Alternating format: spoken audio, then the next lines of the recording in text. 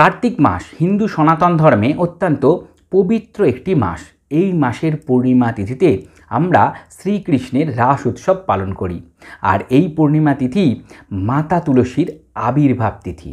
এই দিন করা বিশেষ একটা প্রয়োগ আমাদের জীবনের প্রত্যেকটা কাজে সফলতা নিয়ে আসতে পারে, আমাদের নিরোগ সুস্বাস্থ্য দিতে পারে এবং তার সাথে সাথে দিতে পারে স্বামী স্ত্রীর মধ্যে সুসম্পর্ক, পারিবারিক অশান্তি থেকে আমাদের মুক্তি দান করতে পারে।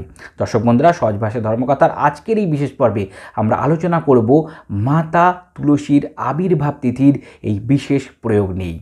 সহজ ভাষা ধর্মকথার এই নতুন পর্বে আপনাদের সকলকে জানাই সুস্বাগতম। বন্ধুরা, সহজ ভাষা ধর্মকথা মানেই সহজ উপায় যেগুলো আমাদের জীবনের জটিল সমস্যার সহজ সমাধানের রাস্তা দেয়। এখনও পর্যন্ত চ্যানেলটিকে যদি আপনারা সাবস্ক্রাইব না করে থাকেন তাহলে প্লিজ সাবস্ক্রাইব করে পাশে থাকা বেল বাটনটা ক্লিক করে দিন, যাতে পরবর্তী ভিডিও নোটিফিকেশানগুলো আর মিস না হয়ে যায়। দর্শক বন্ধুরা, আগামী 29শে কার্তিক 1431 বঙ্গাব্দ ইংরেজির 15ই নভেম্বর 2024 শুক্রবার দিন হতে চলেছে কার্তিক পূর্ণিমা বা রাস পূর্ণিমা। এই বিশেষ দিনই এই প্রয়োগটি আপনাদের করতে হবে। কি করতে হবে বন্ধুরা? এই দিন সকালবেলা উঠে অবশ্যই স্নান করে উঠে তুলসী গাছে জল দিন, তুলসী তলা ভালো করে পরিষ্কার করুন এবং দুহাত তুলে হরে কৃষ্ণ মহামন্ত্র বলুন। হরে কৃষ্ণ কৃষ্ণ কৃষ্ণ হরে হরে, হরে রাম রাম রাম হরে হরে। এই মহামন্ত্র অবশ্যই বলবেন এবং মাতা তুলসীর প্রণাম মন্ত্র হাত জোর করে বলুন, বা যদি প্রণাম মন্ত্র না জানেন, যেটা সহজ ভাষা ধর্মকথার ফেসবুক পেজে অলরেডি আপলোড করা আছে, সেখান থেকে আপনারা দেখে নেবেন।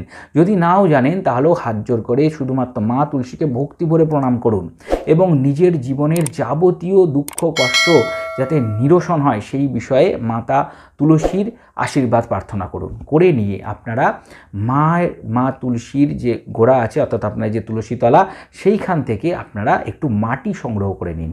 তুলসী তলার মাটি একটু প্রাপ্ত করুন।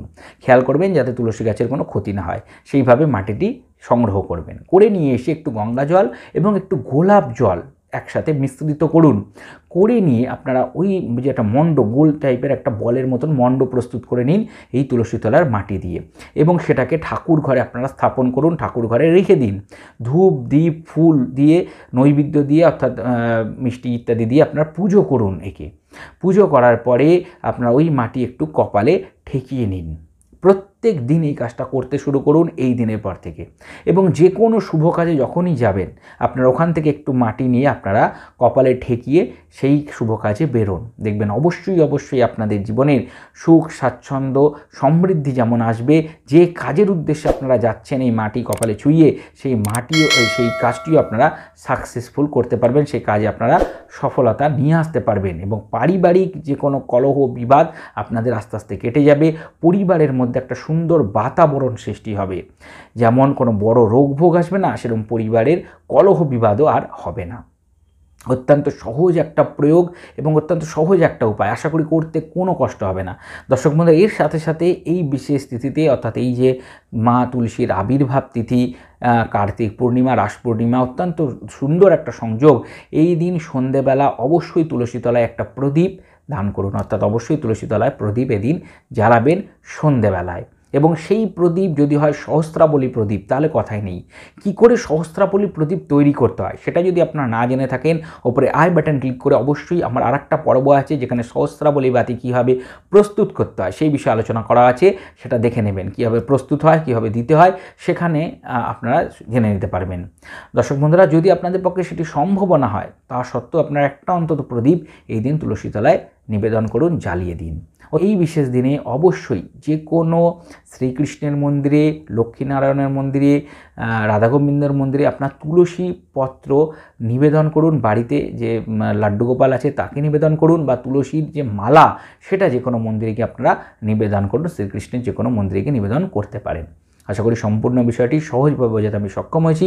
পর্বটি আপনাদের ভালো লেগেছে, যদি ভালো লেগে থাকে একটা লাইক দিয়ে আমাকে উৎসাহিত করুন এবং সহজ ভাষা ধর্মকথা এরকম আরও পর্ব পেতে সহজ ভাষা ধর্মকথাকে সাবস্ক্রাইব করুন, পাশে থাকা বেল বাটনটা ক্লিক করে দিন, যাতে পরবর্তী ভিডিও নোটিফিকেশনগুলো আর মিস না হয়ে যায়। আর বন্ধুরা, আমাদের ফেসবুক পেজ সহজ ভাষা ধর্মকথা, ওখানে একটা লাইক দিয়ে রাখুন। হিন্দু ধর্মশাস্ত্রের বিভিন্ন বিষয়, মন্ত্রতন্ত্র ওখানে নিয়মিত আলোচনা হয়ে থাকে। সকালে ভালো থাকবেন, সুস্থ থাকবেন, দেখা হবে পরবর্তী পর্বে। নমস্কার।